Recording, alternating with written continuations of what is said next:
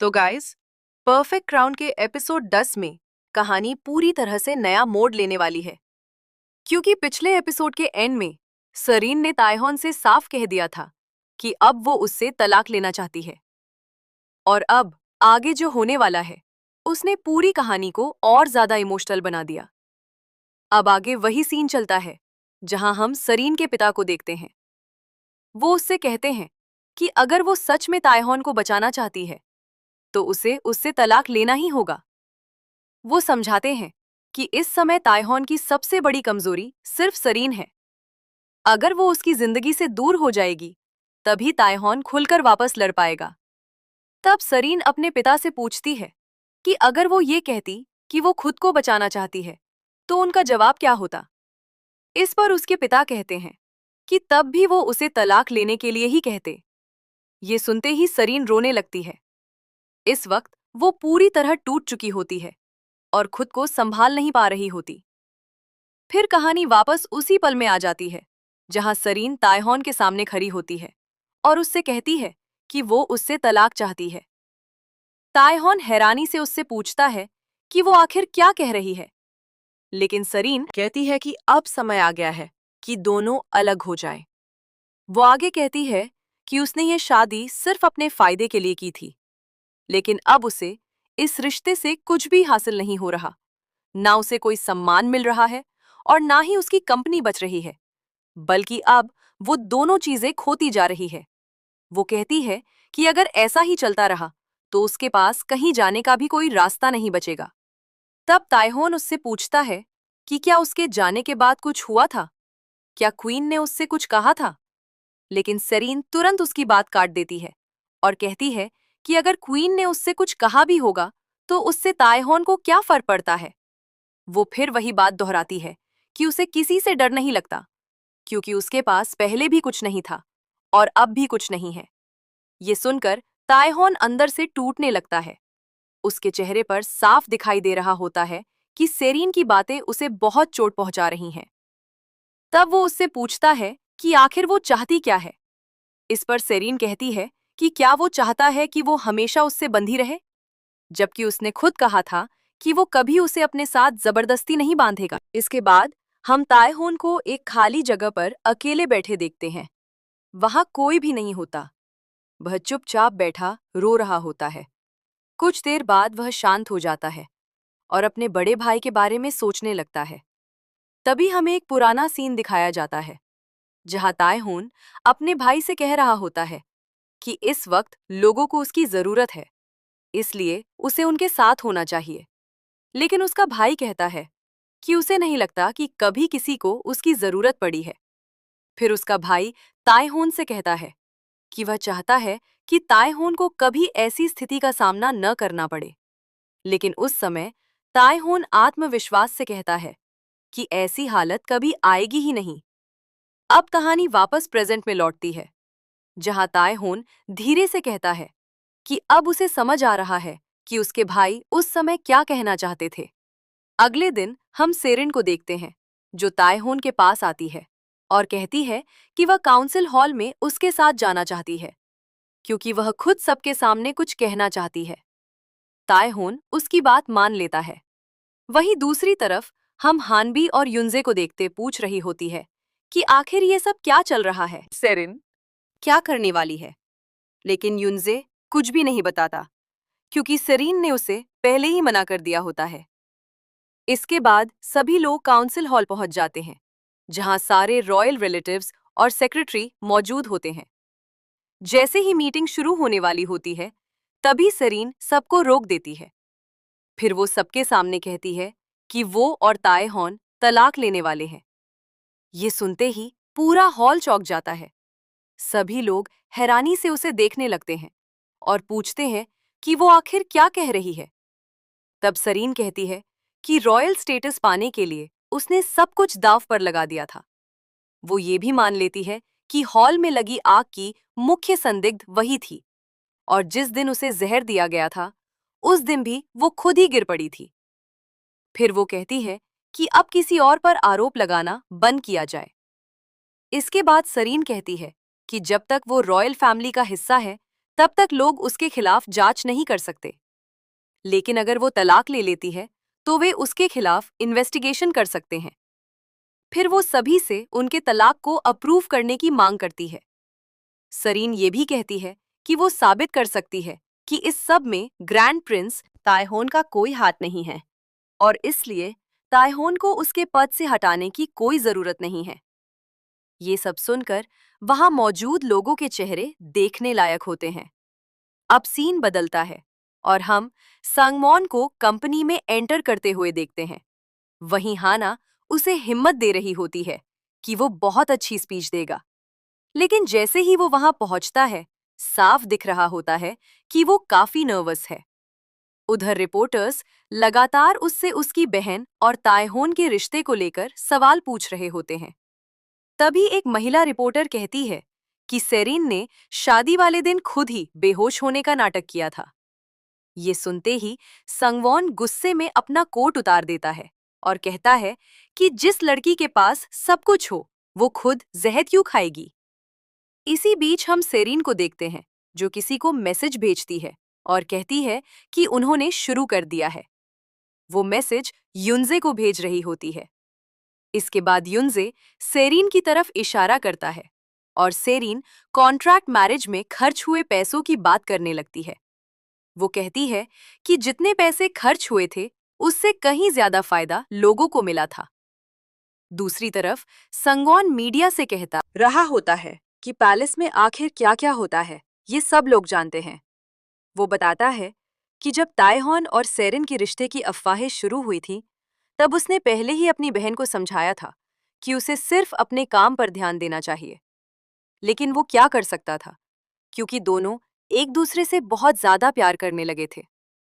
फिर संगवॉन कहता है कि इसी वजह से उसने दोनों को कॉन्ट्रैक्ट मैरिज का सुझाव दिया था, क्योंकि चाहे पहले वे कितना भी प्यार करते हों, अब उनकी फीलिंग्स खत्म हो चुकी हैं। वो आगे कहता है कि शादी के पहले ही दिन किसी ने उसकी बहन को जहर देने की कोशिश की थी और उसे बचाने के लिए ही उसने ये कॉन्ट्रैक्ट सजेस्ट किया था। इतना ही नहीं, वो कॉन्ट्रैक्ट पेपर भी सबको दिखाता है। फिर वो कहता है कि जिन जिन लोगों ने उनके खिलाफ गलत आर्टिकल्स लिखे हैं उन सब की पीडीएफ उसने संभाल कर रखी है और अगर उसे लगा कि उन्होंने झूठ फैलाया है तो वो उन सब पर केस करेगा। ये कहकर वो वहां से चला जाता है। उसकी यह स्पीच सुनकर हाना बहुत खुश हो जाती है और उसकी तारीफ करने लगती है। उधर सेरिन की पीआर टीम भी उसके लिए काम करना शुरू कर देती है। फिर सरीन कहती है कि उनकी कॉन्ट्रैक्ट मैरिज से ताइहोन को कोई फायदा नहीं होने वाला था, बल्कि फायदा सिर्फ उसे मिलना था और इसके बाद जो कुछ भी होगा वो सब खुद संभाल लेगी। वो कहती है कि जैसे ही ये सब खत्म होगा ताइहोन फिर से क्राउन की शान बन जाएगा। तभी वहां मौजूद लोग ताइहोन से पूछते हैं कि वो इस बारे में क्या कहना चाहता है। जैसे ही ये सवाल पूछा जाता है पूरा हॉल ताइहोन की तरफ देखने लगता है। तभी ताइहोन इशारे से हानबी को कुछ कहता है। इसके बाद बाहर से कुछ लोग बड़े बड़े बॉक्स लेकर अंदर आते हैं और कहते हैं कि उन्हें रॉयल मैजेस्टी की तरफ से आदेश मिला है। फिर हमें एक फ्लैशबैक दिखाया जाता है जहां ताइहोन कह रहा होता है कि उसने पहले ही कहा था कि वो कभी अपने भाई की तरह नहीं जिएगा। इसके बाद वो एक बॉक्स खोलता है जिसमें वो लाल रंग का कोट दिखाई देता है और फिर ताइहोन किंग से मिलने के लिए चला जाता है। फिर ताइहोन सबके सामने कहता है कि वो अपना सिंहासन वापस लेने आया है। इसके बाद कहानी वापस प्रेजेंट में आ जाती है जहां सभी लोग एक एक करके कहने लगते हैं कि अब अगला राजा ताइहोन ही बनेगा। तभी हमें कुछ देर पहले का सीन दिखाया जाता है जहां किंग खुद सबके सामने ऐलान करता है कि अब इस राजगद्दी पर उसके अंकल ताइहोन बैठेंगे। ये सुनते ही सांगवॉन पूरी तरह चौंक जाता है और कहता है कि ये नहीं हो सकता, आखिर इसका मतलब क्या है। लेकिन तभी ताइहोन उसे रोक देता है और कहता है कि क्या वो रॉयल कमान के खिलाफ जाएगा, क्या वो बिना सुने वहां से चला जाएगा। ये सुनने के बाद सांगवॉन वहीं रुक जाता है और चुपचाप सब सुनने लगता है। इसके बाद ताइहोन वहां से निकलने लगता है, लेकिन तभी सेरिन उसे रोक लेती है। इस वक्त ताइहोन थोड़ा गुस्से में होता है। वो सेरिन से कहता है कि उसने तो सब कुछ दांव पर लगा दिया। फिर वो उससे पूछता है कि क्या उसे उस पर इतना भी भरोसा नहीं था कि वो उसे बचा सकता। लेकिन सेरिन उसके सवाल का कोई जवाब नहीं दे पाती। इसके बाद तायहोन वहां से चला जाता है। उधर जैसे ही क्वीन को ये सब पता चलता है, वो पूरी तरह बेकाबू हो जाती है। तभी इसाका उसे बताती है कि तायहोन ने फिलहाल उस प्रस्ताव को ठुकरा दिया है। लेकिन क्वीन कहती है कि ये सब सिर्फ एक फॉर्मेलिटी है। अगर तायहोन 3 बार मना करेगा, तब भी आखिर में उसे राजगद्दी संभालनी ही पड़ेगी। इसके बाद क्वीन सीधे किंग के पास जाती है। लेकिन हम देखते हैं कि किंग पहले ही अपने कमरे का गेट लॉक कर चुका होता है। क्वीन लगातार दरवाजा खुलवाने के लिए चिल्ला रही होती है। अंदर किंग डरा हुआ बैठा होता है और रोने लगता है। उसे अपने पिता की याद आने लगती है। उधर क्वीन का गुस्सा इतना बढ़ जाता है कि वह कह देती है कि अगर जरूरत पड़े तो गेट तोड़ दो, और अगर आग लगानी पड़े तो आग लगा दो, लेकिन किंग को बाहर निकालो। ये सुनकर इसाका भी शॉक में रह जाती है। तभी वहां मिन्ह्युक आ जाता है और क्वीन से कहता है कि वह उसे उसके क्वार्टर्स तक छोड़ देता है। इसके बाद हम क्वीन और मिन्ह्युक को साथ देखते हैं। मिन्ह्युक कहता है कि इस बात को बाहर फैलने नहीं देना चाहिए, खासकर कैबिनेट मेंबर्स तक ये खबर नहीं पहुंचनी चाहिए। वह साफ कहता है कि आज अंदर जो कुछ भी हुआ, उसका एक शब्द भी बाहर नहीं जाना चाहिए। तब क्वीन उससे पूछती है कि क्या सिर्फ वही अकेली है जिसे इस बात से डर लग रहा है। इस पर मिन्ह्युक कहता है कि वह पहले ही बहुत थक चुका है। हमेशा इन सब चीजों को संभालते संभालते अब वह टूटने लगा है। तब क्वीन उसे याद दिलाती है कि अगर तायहोन सच में किंग बन गया, तो ग्रैंड प्रिंसेस को हमेशा उसके साथ पैलेस में रहना पड़ेगा। फिर वो पूछती है कि क्या मिन्ह्युक सच में यही चाहता है। लेकिन मिन्ह्युक कहता है कि अभी भी तायहोन को 2 बार और उस पद को ठुकराना होगा, और उससे पहले उन्हें किसी भी हालत में तायहोन को रोकना पड़ेगा, चाहे जो भी करना पड़े। अब हम हानबी को देखते हैं, जो सेरिन को बताती है कि तायहोन पैलेस छोड़कर जा चुका है। ये सुनते ही सेरिन उसकी चिंता करने लगती है। वो कहती है कि उसकी जान को पहले से ही खतरा है। फिर वो इतनी रात में आखिर कहाँ चला गया। इसी वजह से वो लगातार उसे कॉल करने लगती है। लेकिन दूसरी तरफ तायहोन अपनी कार चला रहा होता है और उसके किसी भी कॉल का जवाब नहीं देता। तब हानबी सेरिन से कहती है कि अगर वो इसी तरह उसकी चिंता करती रही, तो वो कभी भी उसे तलाक नहीं दे पाएगी। फिर हानबी कहती है कि वो युनजे से कह देगी और वो तायहोन का पता लगा लेगा। तब तक सेरिन को सिर्फ यही रुकना होगा और कुछ भी नहीं करना होगा। लेकिन सेरिन इस समय पूरी तरह इमोशनल हो चुकी होती है। अब सीन बदलता है और हम तायहोन को देखते हैं, जो अपनी कार के पास अकेला खड़ा होता है। इस वक्त वो वही बातें याद कर रहा होता है जब उसने सरीन से कहा था कि जिस दिन वो सिंहासन पर बैठेगा, उस समय उसके साथ कोई नहीं होगा, लेकिन सरीन जरूर होगी। तभी हमें वो पुराना पल भी दिखाया जाता है, जहां सरीन उससे कहती है कि वो उसके साथ चलेगी और उसे आगे बढ़ना भी सिखाएगी। इसके बाद हम सरीन को देखते हैं, जो तायहोन के साथ बिताए हुए सारे पल याद करने लगती है। हर वो मोमेंट जिसमें तायहोन ने उसे अपना प्यार महसूस कराया था। और ये सब याद करते करते वो फिर से रोने लगती है। अब उसे एहसास होने लगता है कि शायद उसने बहुत बड़ी गलती कर दी। उधर हानबी युनजे से मिलती है और उसे बताती है कि तायहोन बाहर चला गया है। ये सुनते ही युनजे हैरान हो जाता है, क्योंकि तायहोन के साथ कोई रॉयल गार्ड भी नहीं है। वो तुरंत उसे कॉल करने ही वाला होता है कि तभी हानबी कहती है कि उसे पता है तायहोन कहाँ है। ये सुनकर युनजे उससे पूछता है कि उसने ये बात उससे छुपाई क्यों। तब हानबी भी जवाब देती है कि उसने भी तो सरीन वाली बात उससे छुपाई थी। इसके बाद दोनों होंग रिवर के पास जाकर बैठते हैं। वहां हानबी ड्रिंक पी रही होती है और कहती है कि उसे ये ड्रिंक बहुत पसंद है, और ये नदी भी। फिर वो युनजे को याद दिलाती है कि उसने उससे पूछा था कि उसे क्या पसंद है।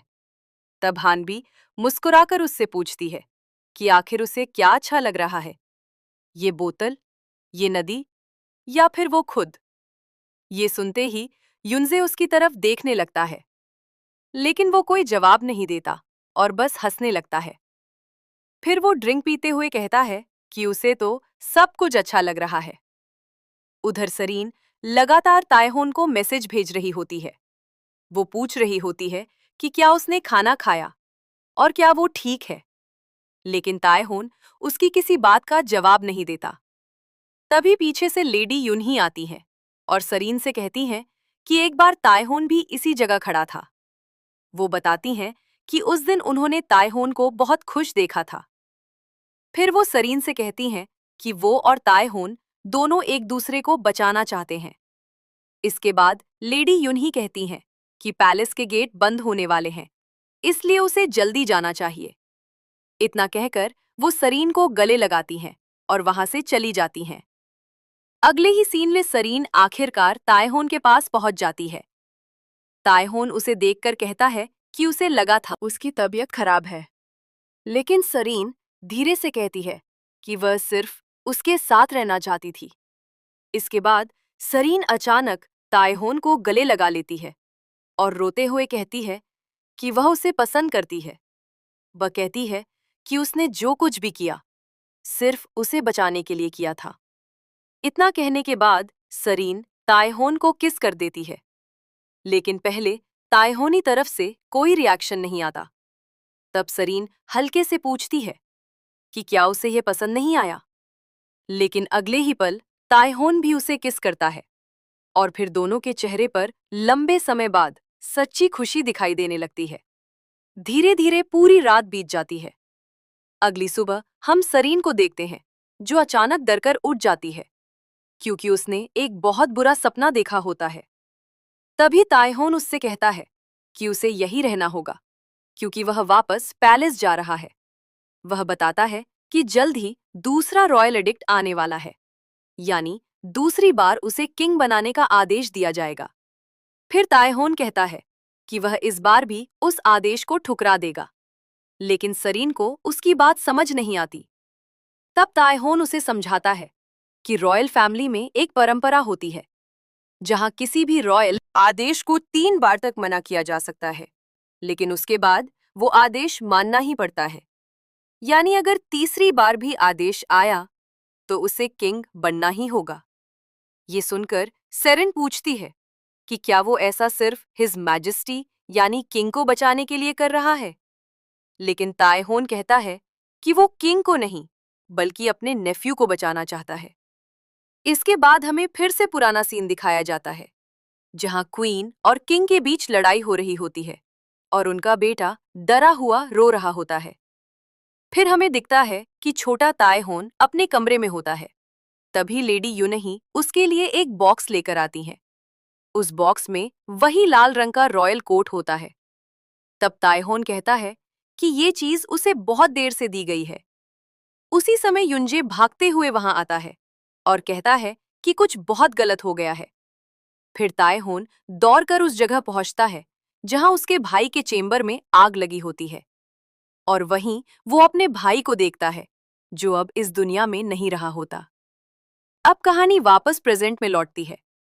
तायहोन सेरेन से कहता है कि उसके भाई की मौत के बाद क्वीन ने उसके भाई की आखिरी इच्छा तक को नजरअंदाज कर दिया था। उसके भाई ने तायहोन को अगला प्रिंस बनाने का आदेश छोड़ा था, लेकिन क्वीन ने उसे कभी स्वीकार नहीं किया। तायहोन ये भी कहता है कि उस समय उसका नेफ्यू बहुत डरा हुआ था और उसने उससे सब कुछ बताया भी था, लेकिन तब भी वह कुछ नहीं कर पाया। ये कहते कहते तायहोन रोने लगता है। फिर वह कहता है कि अगर वह किंग बन गया तो वह सभी लोगों को बचा पाएगा, लेकिन साथ ही उसे ऐसा भी लग रहा है जैसे वह फिर से लालची बनता जा रहा है। तभी सेरीन उसे गले लगा लेती है और कहती है कि किसी चीज को चाहना गलत नहीं होता। फिर वह कहती है कि इस रास्ते में वह हमेशा उसका साथ देगी। इसके बाद हम दोनों को कहीं जाते हुए देखते हैं। तभी लेडी युनही उनके पास आती हैं और बताती हैं कि क्वीन मदर तायहोन को बुला रही हैं। इसके बाद तायहोन क्वीन के पास पहुंच जाता है। जैसे ही वह वहां आता है, क्वीन उस पर गुस्सा करने लगती है और पूछती है कि वह ऐसा कैसे कर सकता है। वह कहती है कि किंग अभी सिर्फ 8 साल का बच्चा है और वह अभी कुछ भी संभालने के लायक नहीं है।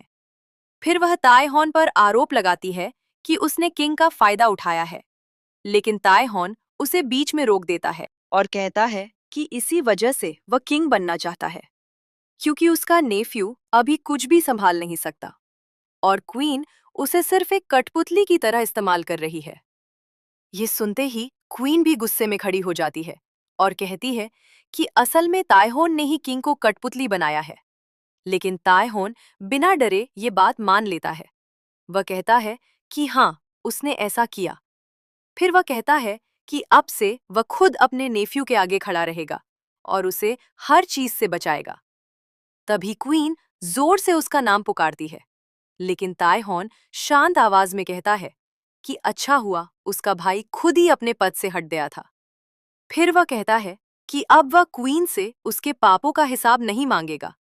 इतना कहकर वह वहां से जाने लगता है, लेकिन तभी क्वीन टूट जाती है और उसके पीछे आकर कहती है कि क्या उसे अंदाजा भी है कि उसने इस मुकाम तक पहुंचने के लिए कितनी कुर्बानियां दी हैं। फिर वह उससे पूछती है कि आखिर अब वह किंग क्यों बनना चाहता है। इसके बाद हमें एक फ्लैशबैक दिखाया जाता है, जहां क्वीन अपने युवा दिनों में रॉयल स्टूडेंट हुआ करती थी। तभी उसके पिता उसे ताएहॉन के बड़े भाई की तस्वीर दिखाते हैं और कहते हैं कि उसे भविष्य की क्राउन प्रिंसेस बनना होगा। फिर हमें रॉयल स्कूल का सीन दिखता है, जहां एक नया प्रिंस उसके पास आता है। दोनों साथ बात कर रहे होते हैं और साफ दिखाई दे रहा होता है कि दोनों एक दूसरे को पसंद करते थे। अब कहानी फिर से प्रेजेंट में लौटती है। क्वीन रोते हुए ताएहॉन से कहती है कि वो पीछे क्यों नहीं हट जाता, लेकिन ताएहॉन उसका हाथ हटाकर लेडी इन को बुलाता है। फिर वो उनसे कहता है कि क्वीन की तबीयत ठीक नहीं है, इसलिए अगले 3 दिनों तक कोई भी उनसे मिलने नहीं आएगा। इसके बाद सीन बदलता है और हम क्वीन को उसके पिता से बात करते हुए देखते हैं। क्वीन कहती है कि अब कुछ नहीं हो सकता, इसलिए उनके पिता को भी पीछे हट जाना चाहिए। लेकिन उसके पिता कहते हैं कि वो उससे मिलने के लिए आ रहे हैं। तभी लेडी इन कहती हैं कि अगले 3 दिनों तक कोई भी क्वीन से नहीं मिल सकता, क्योंकि ये ग्रैंड प्रिंस का आदेश है। ये सुनते ही उसके पिता गुस्से में कहने लगते हैं कि अगर ताएहॉन सच में किंग बन गया तो वो उन दोनों को खत्म कर देगा। लेकिन फिर भी क्वीन अपने पिता को लगातार पीछे हटने के लिए कह रही होती है। उन्हें समझाती है कि अब उन्हें कुछ भी नहीं करना चाहिए, लेकिन उसके पिता उसकी एक नहीं सुनते। वो कहते हैं कि अब आगे जो भी होगा वो खुद संभाल लेंगे। इतना कहकर वो कॉल काट देते हैं। इसके बाद हम संगवॉन को देखते हैं, जो अंधेरे में किसी से मिलने आता है और सामने मिनयू खड़ा होता है। यानी अब ये दोनों मिलकर ताएहॉन के खिलाफ नई साजिश रचने वाले थे। अगले दिन हम ताएहॉन को देखते हैं, जो मीटिंग के लिए तैयार हो रहा होता है। वहां सभी लोग उसे तैयार करने में लगे होते हैं। उधर लेडी यूनही काफी इमोशनल हो जाती हैं। वो कहती हैं कि अगर लेट किंग आज जिंदा होते तो अपनी छोटे भाई को इस हालत में देखकर बहुत खुश होते। तभी वहां हानबी आती है और ताएहॉन से पूछती है कि क्या वो जाने के लिए तैयार है। ताएहॉन हाँ में जवाब देता है। फिर सेरीन उससे कहती है कि वो उसका इंतजार करेगी, इसलिए उसे जल्दी वापस आना होगा। इसके बाद ताएहॉन वहां से निकल जाता है। अब सीन क्वीन की तरफ शिफ्ट होता है, जहां उसका बेटा यानी किंग उसके पास आता है। लेकिन क्वीन अभी भी गुस्से में होती है। वो अपने बेटे से कहती है कि उसने जो किया है उसके लिए वो उसे कभी माफ नहीं करेगी। फिर वो कहती है कि आखिर उसे अपना पद ताएहॉन को देने की जरूरत ही क्या थी। वो याद दिलाती है कि उसे उस जगह तक पहुंचाने के लिए उसने कितनी कुर्बानियां दी थीं। तब किंग धीरे से कहता है कि जिस दिन उसके पिता की मौत हुई थी, उस दिन क्वीन और उसके नाना जो बातें कर रहे थे, उसने सब सुन लिया था। तभी हमें फ्लैशबैक दिखाया जाता है, जहां छोटा किंग रोते हुए कह रहा होता है कि उसे किंग नहीं बनना, और उसी समय क्वीन उसे जबरदस्ती किंग का ताज पहना रही होती है। अब प्रेजेंट में लौटते ही क्वीन को समझ आता है कि उस दिन उसका बेटा किंग बनने से इतना डर क्यों रहा था। इस वक्त क्वीन अपने बेटे की आंखों में देखने तक की हिम्मत नहीं जुटा पा रही होती। लेकिन तभी किंग उसके पास आता है और अपनी मां को गले लगा लेता है। दूसरी तरफ हम मिनह्यूक को देखते हैं, जहां उसका सेक्रेटरी उसे याद दिलाता है कि अगर वो जल्दी नहीं निकला तो काउंसिल मीटिंग के लिए लेट हो जाएगा। लेकिन मिनह्यूक कहता है कि अभी थोड़ा वक्त बाकी है। उधर क्वीन लगातार परेशान हो रही होती है कि कहीं उसके पिता कोई गड़बड़ ना कर दें। इसी वजह से वो तायहोन को कॉल करती है, लेकिन तायहोन उसका कॉल नहीं उठाता। तब क्वीन उसे मैसेज भेजती है और पूछती है कि क्या वो काउंसिल हॉल में सिर्फ एक ऑडियंस बनकर आ सकती है। इधर तायहोन हानबी से पूछता है कि क्या उसके पास थोड़ा समय है। तब हानबी कहती है कि उसके पास अभी लगभग 30 मिनट है। इसके बाद हम क्वीन को देखते हैं, जो अपनी सहायिका को बुलाकर कहती है कि जिस लड़की को उसने छुपाकर रखा था, अब उसे यहाँ लेकर आया जाए। दूसरी तरफ सेरिन और युनजे साथ बैठे होते हैं। तभी सेरिन कहती है कि अगर वो सच में क्वीन बन गई तो लोगों का रिएक्शन क्या होगा। फिर वो खुद ही कहती है कि लोग उससे शायद और ज्यादा नफरत करने लगेंगे। इस पर युनजे तुरंत कहता है कि किसी की इतनी हिम्मत नहीं हो सकती। लेकिन सेरिन उससे कहती है कि उसे सिर्फ सच्चाई सुननी है। तब युनजे मान लेता है कि हाँ, लोग शायद उससे नफरत करेंगे, क्योंकि तायहोन को भी हर कोई पसंद नहीं करता। लेकिन सेरिन उदास होकर कहती है कि कम से कम तायहोन को कुछ लोग पसंद तो करते हैं, जबकि उसे तो कोई भी पसंद नहीं करता। सभी सिर्फ उससे नफरत करते हैं। तभी उसके पास संगवॉन का कॉल आता है। फोन पर बात करते हुए सेरिन कहती है कि वो अभी वहीं आ रही है। इसके बाद वह पैलेस से बाहर निकलने लगती है, लेकिन रास्ते में अचानक उसका सामना सांगवॉन से हो जाता है। और ठीक उसी पल काउंसिल हॉल की तरफ एक जोरदार धमाका हो जाता है। ये ब्लास्ट उसी जगह पर हुआ था जहां मीटिंग चल रही थी। ये सुनते ही सेरिन घबराकर वहां पहुंचती है। वो पूरी तरह डर चुकी होती है, क्योंकि तायहोन भी उसी हॉल में मौजूद था। तभी वहां हैनबी भी पहुंचती है और घबराकर कहती है कि तायहोन अभी भी अंदर है। ये सुनते ही सेरिन के चेहरे का रंग उड़ जाता है और इसी खतरनाक मोमेंट पर एपिसोड खत्म हो जाता है।